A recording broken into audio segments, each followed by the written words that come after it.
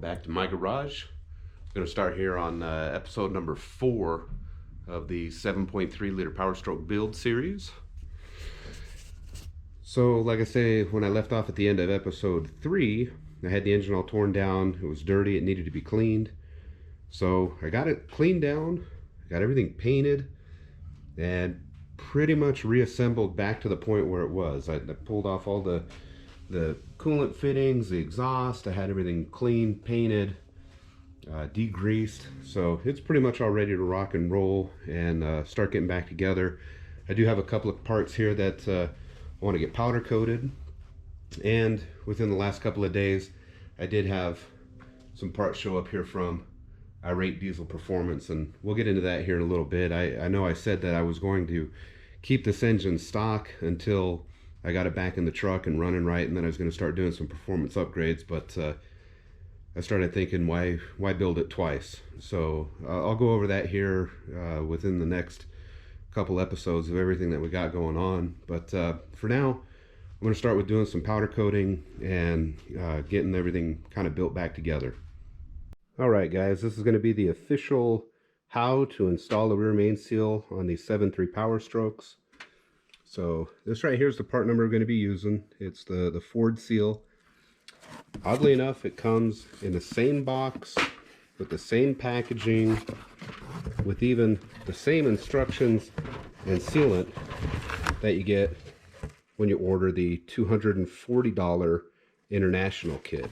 So this updated seal comes with the speedy sleeve in it, and it has the step-by-step instructions of how to do it. So that's what I'm going to show you guys how to do today. So here you can see everything from the kit laid out. You have your international sealant, the rear main seal, the 5 bolts that we need that go around the perimeter of the seal, the instructions, and then there's 2 other things that you're going to need to do this. You're going to need a torque wrench that's capable of 15 foot-pounds. That's what these bolts get torqued to. And then you're going to need the crankshaft seal installer. So I'll show you step by step how to put this on. Pretty simple. This bolts onto the crankshaft, and then this driver goes over this all as one piece with the speedy seal, or excuse me, the speedy sleeve installed, and it drives it all on as an assembly. Alright, so step 1 to installing this is to make sure your crankshaft surface here is nice and clean. Now this one I've already gone through. I've dressed it with just a little bit of emery cloth. This particular engine serial number didn't come with a speedy sleeve on it. Some of the earlier production ones did, and there's actually a process, there's a special tool that Ford makes that will pull that speedy sleeve off. Some people will actually just be very careful with a cutting tool. They'll cut that sleeve off and then knock it out. The other thing I did it off camera, is I pulled this rear main plate off. I cleaned it. I cleaned all the old silicone off. I've already re-siliconed it back on and tightened it down. And again, all the bolts that hold it on, they get tightened down to 15 foot-pounds. So we'll start getting this tool installed. So this first piece just slides on, goes over the roll pin. It centers on the hub of the crank. And then all you have to do is install the 2 bolts. And they use a 10mm Allen head socket. And you really just need to snug this up. It doesn't have to be tight. There's no specific torque spec. You just snug it up.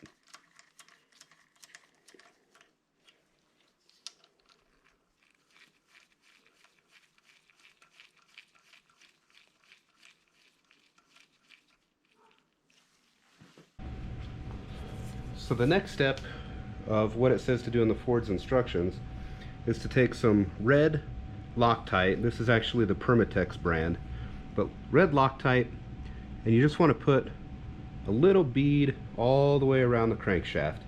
This is going to do 2 things. It's going to seal the crankshaft so that way we don't have oil leaking from underneath of it, and it's going to keep that sleeve from walking off with the temperature changes.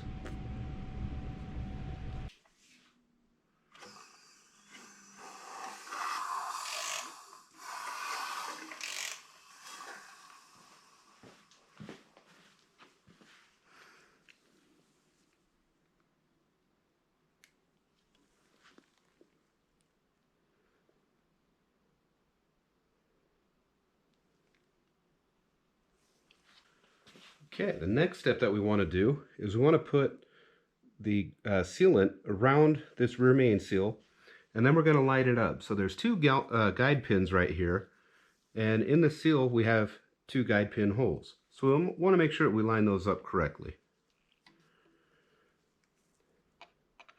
This tool is going to help us to center everything into place, so that way I don't have to worry about smearing this stuff everywhere.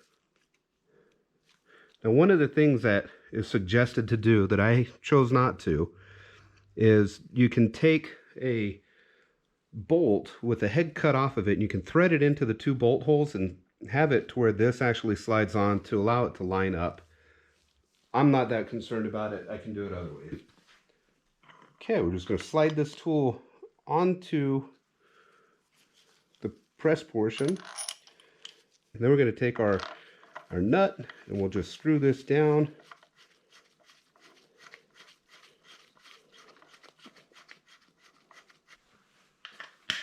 Now we're going to use a 1 1/4 inch socket, and we're just going to slowly press this on.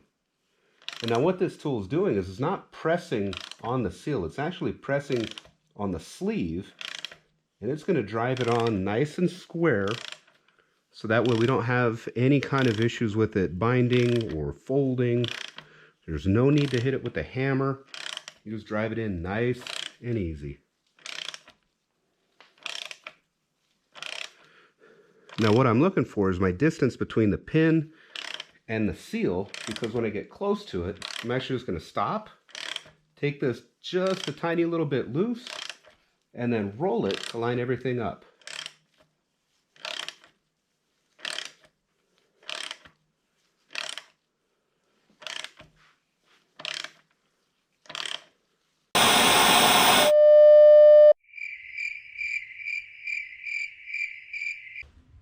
Okay, so we got our timing cover powder coated, it's ready to be installed. So the first thing we got to do is install our O-ring gaskets in the back of this here. And there's also a little bit of silicone that you're going to put along some of these grooves, not all of them. So kind of easy to see how these O-rings go in.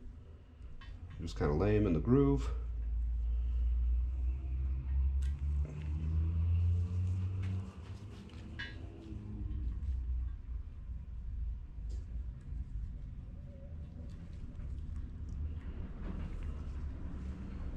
Now the silicone part, we're going to go across here, and down here, and then we can get it bolted up to the timing cover.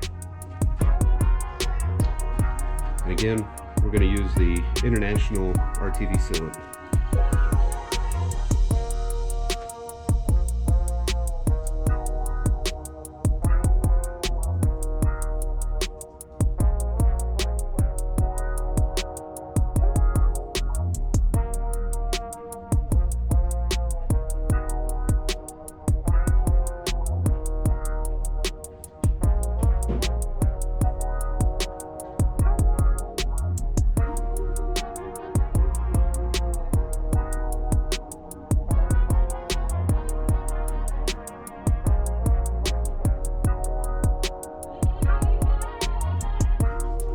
So one of the very important things to keep in mind here is you have these two very small little dowel pins.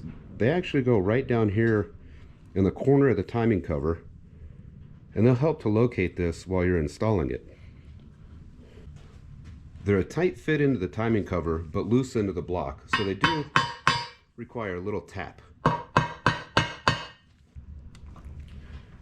Once we can ensure our timing cover is free and clear of any debris and any kind of leftover residue of old gasket, we can go ahead and install the cover onto the engine.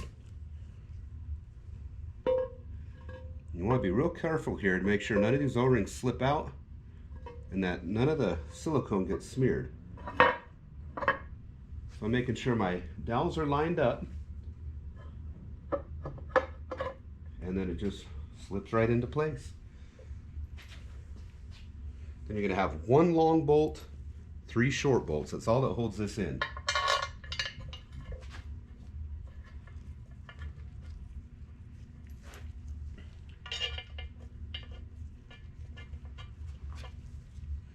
Long bolt goes up in this corner.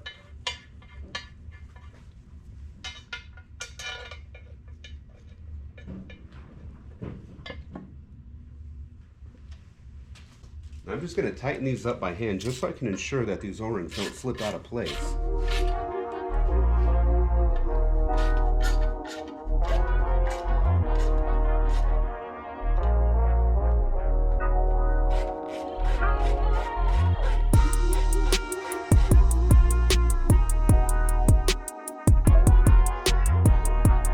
So one of the easiest quick ways to tell if you got this set right here is you can look through the holes of the timing cover and you should not see any O-ring sticking out. So if you see an O-ring poking through, just stop, start over.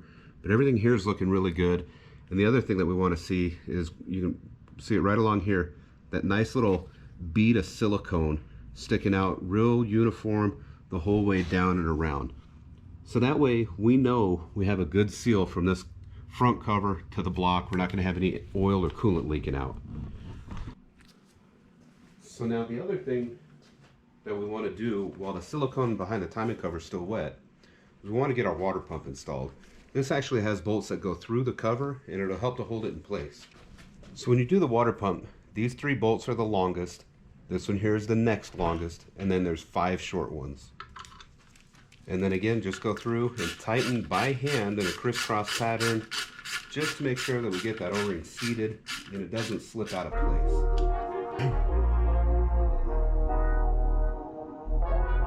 And then again, we're going to do a final torque on all of the bolts to 15 foot-pounds.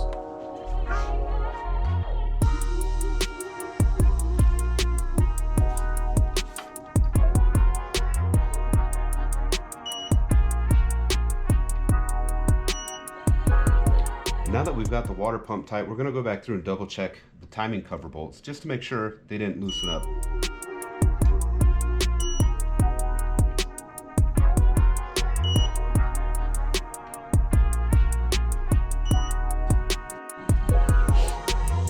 Alright, so I got the low pressure oil pump here all ready to install. We got the new O-ring in it, and I already put the new crankshaft seal in there. So we're going to have 2 locating dowels that we're going to need to make sure that we install. And again, they just lightly tap into the case.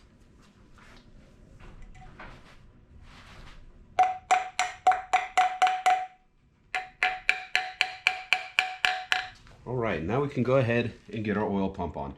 Now this doesn't line up in just one direction. It kind of goes on in many different ways.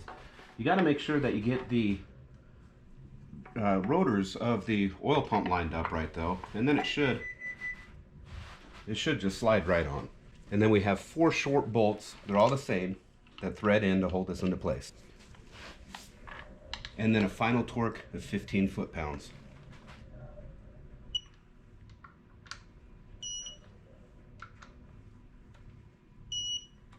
Now the last thing that I'm going to do here is we're going to put the thermostat back in. So it goes with the sensing portion down, then the O-ring over the top, and then we're going to take our thermostat housing. It only fits one way, and then there's 3 short bolts that hold it in. They're all 3 the same.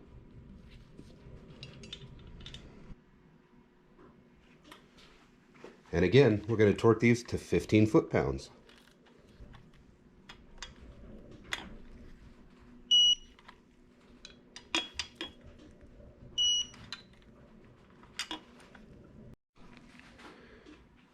Well, now we're going to do the part that I've actually been really anxious to get done, getting the oil pan back on.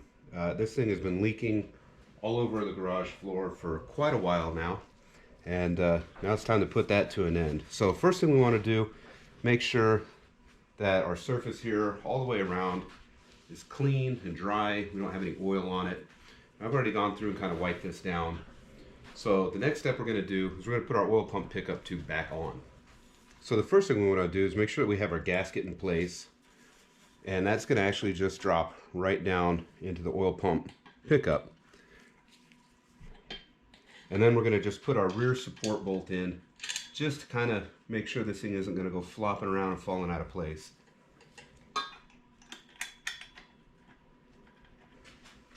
And then we're going to take our 2 pickup tube bolts and get those started as well. Again, making sure that our O-ring is seated in here nice and flush so we don't pinch it. If you forget that O-ring or if you damage it, you run the risk of actually having this thing suck up air instead of oil, and then you run into all kinds of problems. Now the front 2 nuts get torqued down to 18 foot-pounds.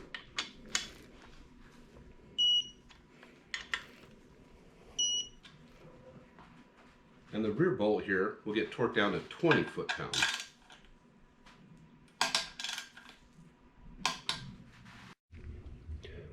So one of the things I'm going to do while we have this oil pan out is I'm going to be replacing the engine oil dipstick flange.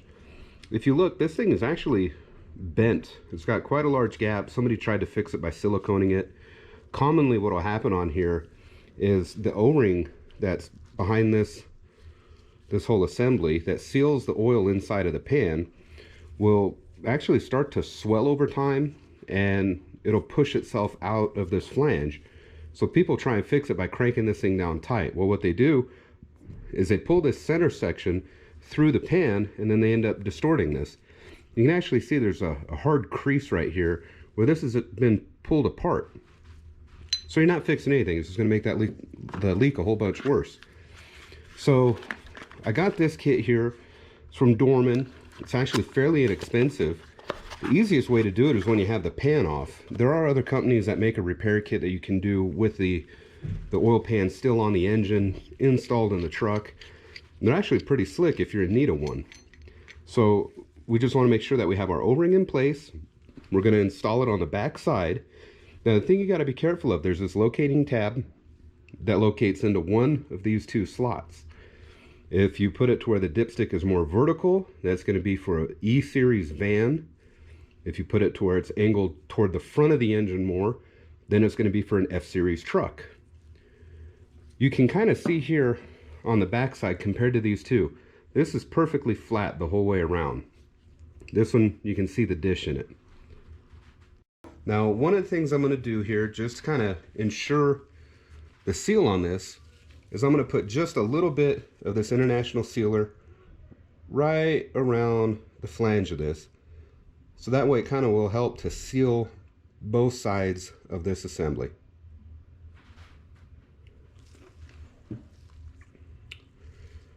Now one thing you got to be careful of here, when you go to tighten this down, you want to make sure that the threads line up, because it's really not that hard to get this cross threaded.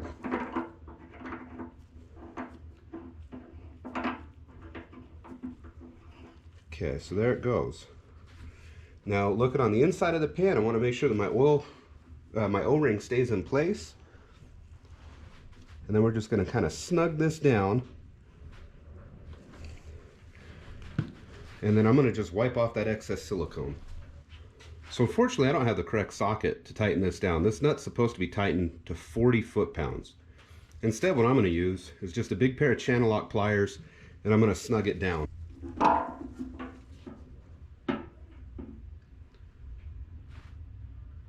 Alright, and that feels pretty snug right there. So like I say, not the right way of doing it, but it's going to work. So now we're going to go through and seal this down. So the way you want to do it is just take your silicone and lay a nice bead that goes down around the inside of the bolt hole and then all the way down around the pan, making a nice contact point.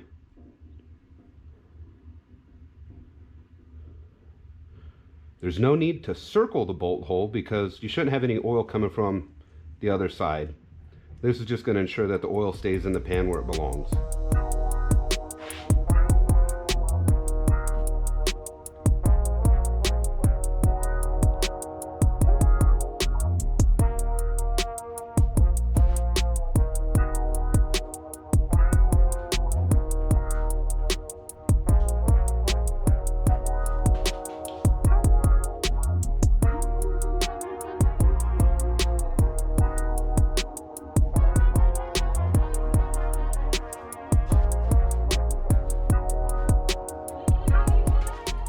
Alright, so now that we got our bead of silicone laid down, one thing I like to do on the engine is to make sure that in the 4 corners of where the cover and the rear main plate seal up to the engine, we have adequate silicone because these don't seal up very smooth at all. And even though I have a nice even coating on the oil pan, it may not actually fill this gap. So for my little peace of mind, my own little added security, I just go and I fill in this gap right here, all the way around on all four corners.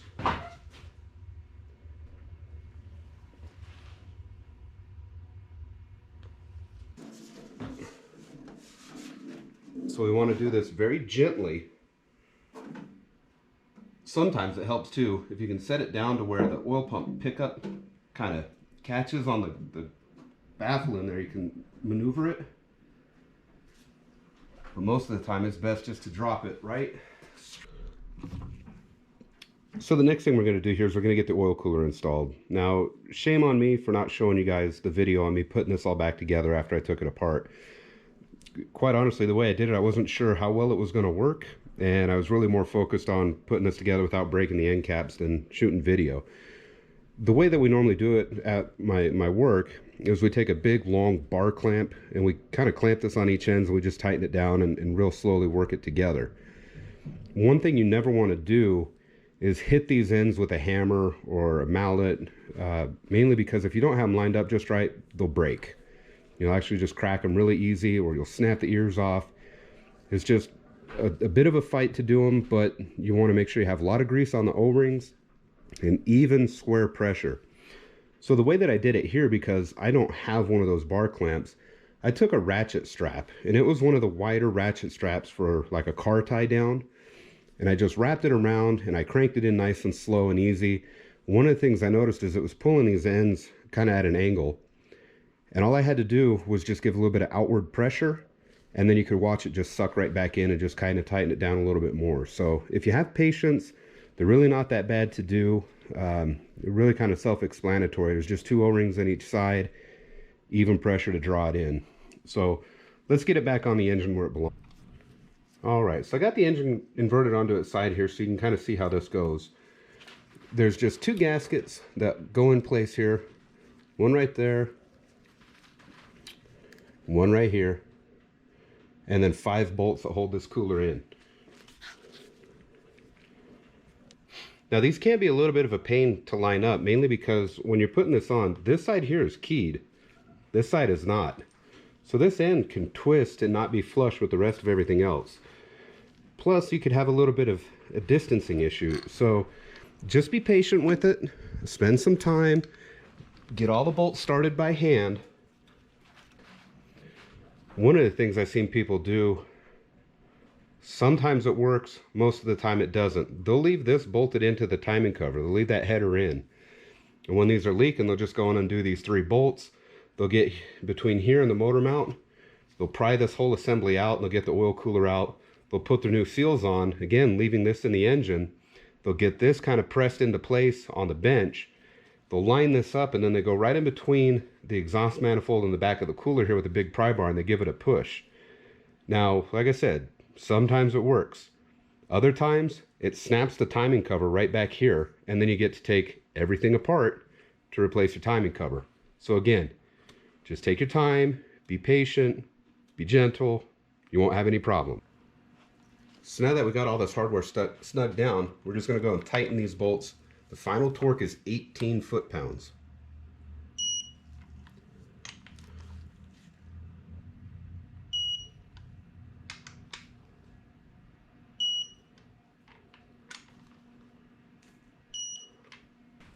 So now the next step that we're going to do to get this timing cover finished up is we're going to put our high pressure oil pump in. I just kind of set these lines here just to get them off my bench and not get them contaminated with junk. They aren't tight. I'm just going to take them off and set them aside for right now.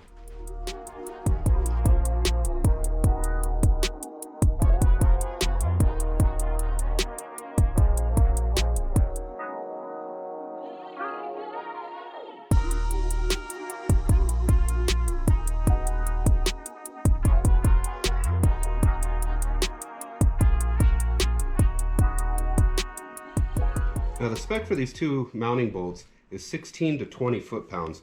I'm going to tighten them down to 18, right in the middle of that torque spec.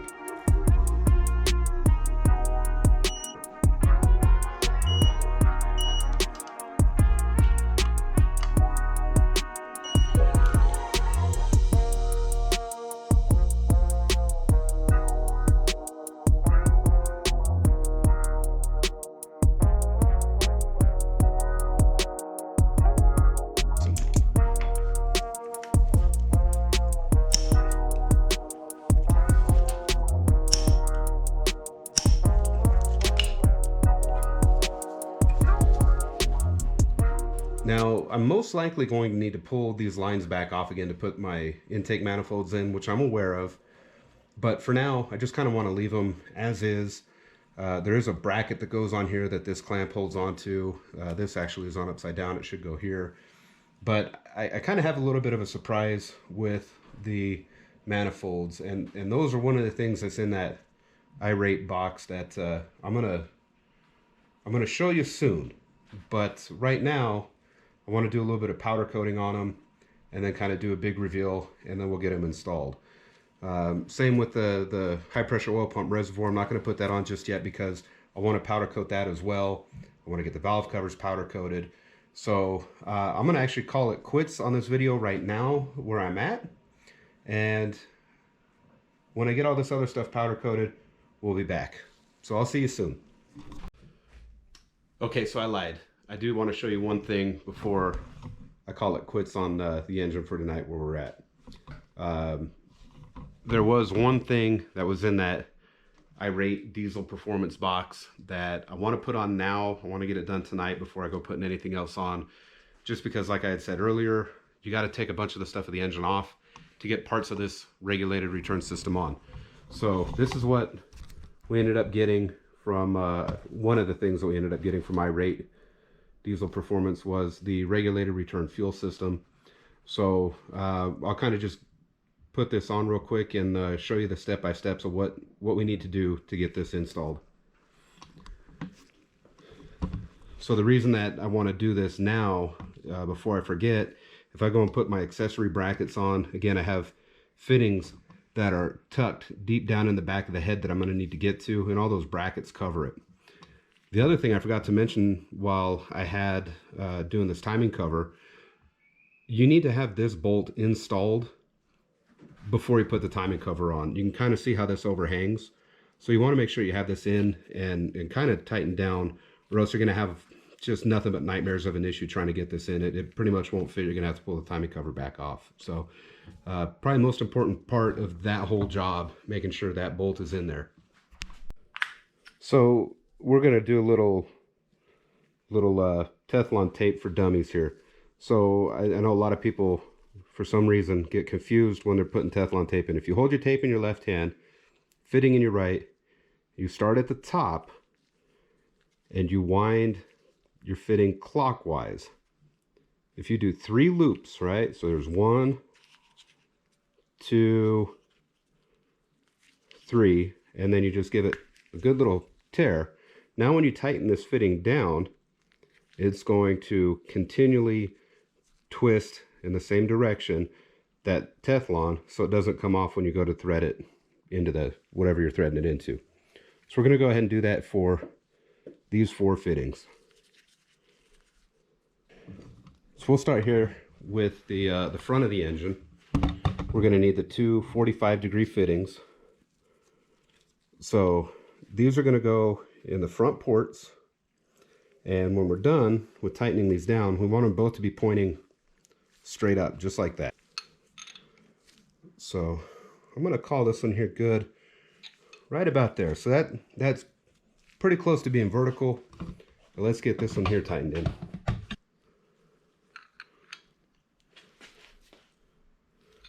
All right, so that there is pretty much vertical now too. So now the next step we got to do, is we need to put the fittings into our pressure regulator. So I already went, sorry, that lens looked like kind of weird, like it had a crack.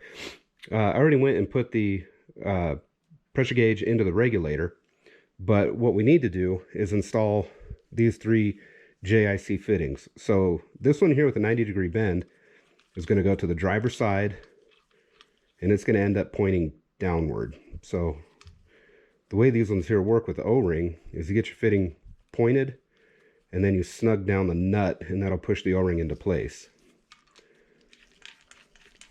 And then these 2 here just kind of thread in normal, and being that they're not needed to be directional, we can go ahead and tighten those down. All right, so now we can get this kind of set into place. And this guy, this is why I say you want to leave everything loose. We're going to have to rotate him over to here, and then we can get this nut here started. Now, obviously, most people when they're installing this aren't going to be having the engine sitting on a workbench. There's a lot of play and movement in here, and you can even do some adjusting on here. Most everybody is going to have the high pressure oil reservoir in place. And what we want to do is kind of square all this stuff up to where it looks like a professional install. So I'm going to do that now.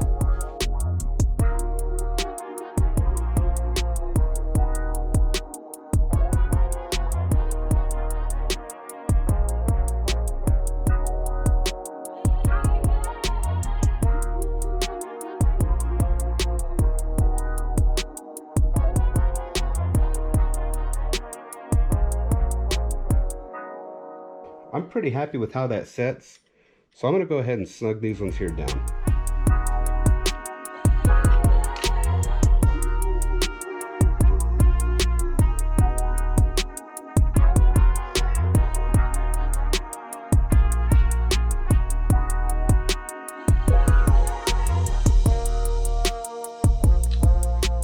Alright guys, so we're back here on day number 2 of episode 4 of the Powerstroke build series. So got some stuff going in the powder coat oven. Just kind of been killing some time while I've been waiting on that, doing a bunch of real menial stuff that really isn't worth making video over. So let me show you where I'm at as of right now. So I got the accessory brackets on, and I got the accessory pulleys and power steering pump and vacuum pump all kind of bolted in place here.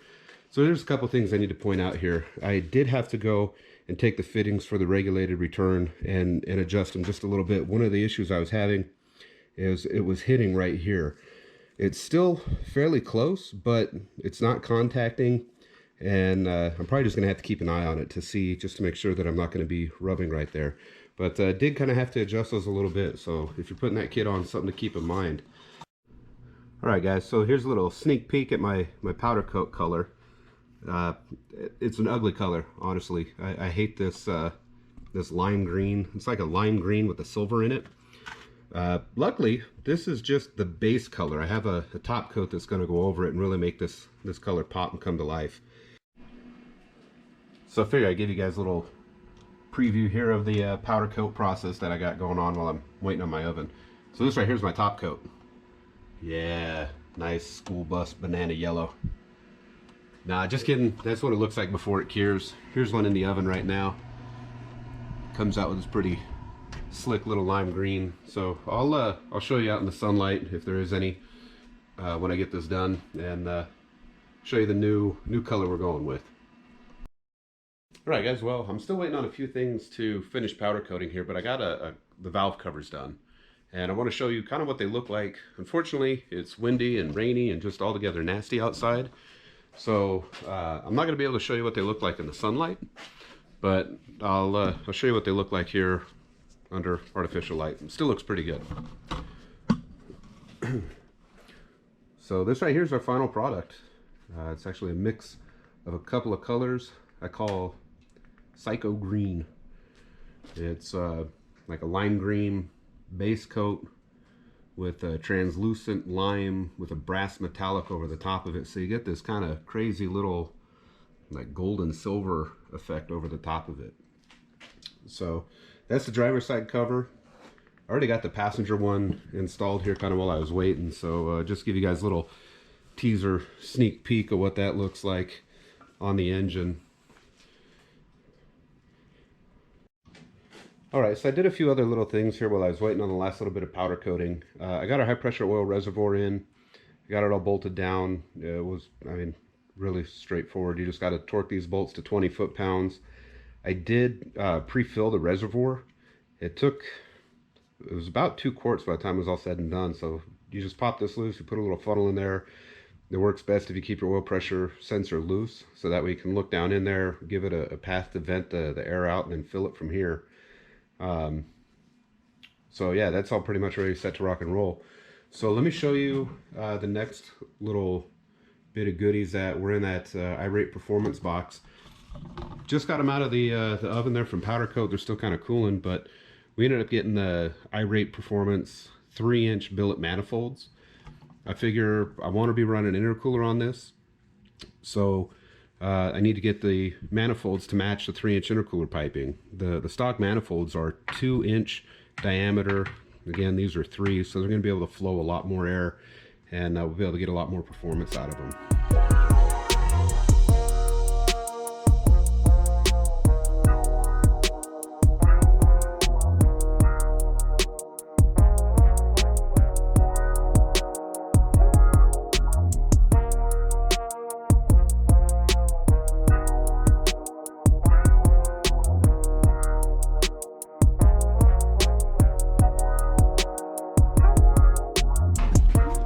So you can get a better look at these 2 bolts up here in the front. You can see this one here is just a real tight clearance between this fitting. And then the one down here, again, just where it's underneath of the timing cover. Kind of hard to weasel in there, but you can do it with a wrench.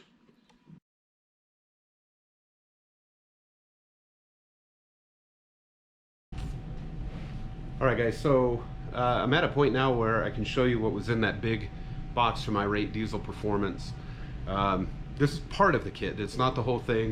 You know, obviously we had the regulated return fuel system, we had the intake manifolds in there, but I figured it would kind of be best for me to just build this thing once and be done with it, instead of needing to constantly be working on it in the truck and having to deal with being in all these tight areas and just getting frustrated with it. So here's the first step that we got.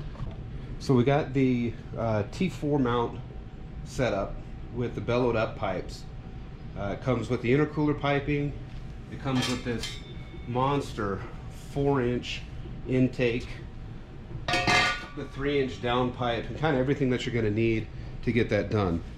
There is one piece that's not being shown right there, and that's because I had to do some powder coating on it.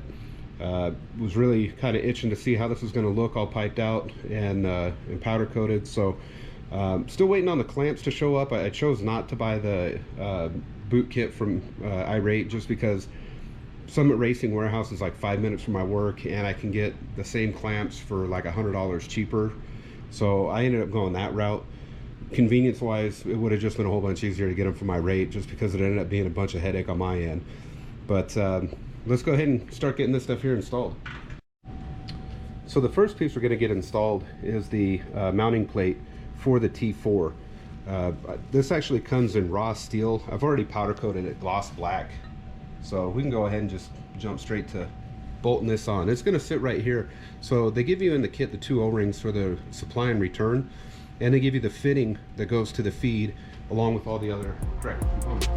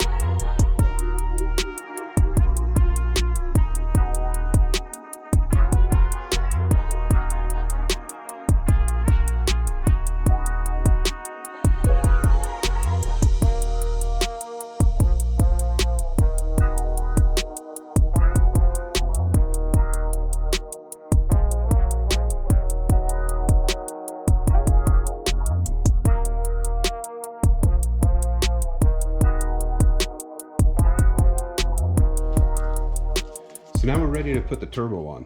Now I'm just going to dry mount the turbo. I have to pull it off to install the engine back in the truck. That turbo is going to be so big it's just going to hang up on the cowl. So I'm not going to put my gasket on right now. I just want to put the turbo on just to check the fitment, make sure that I'm not going to have any issues with anything going together.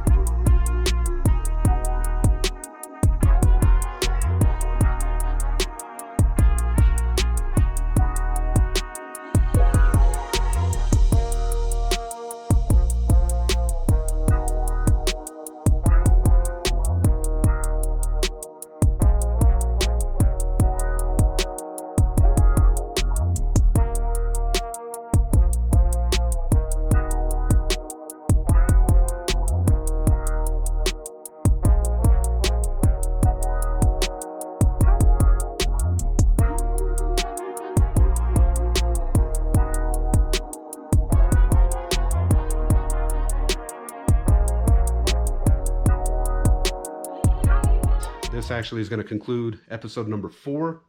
Pretty much got the engine all built as far as we can for now. I think the next video that I'm going to put up, there may be a little bit of a delay before I can make it happen, but the next video is going to be getting the 460 out of my truck, and we're going to work on getting this one here installed. So like I say, it's Sunday today.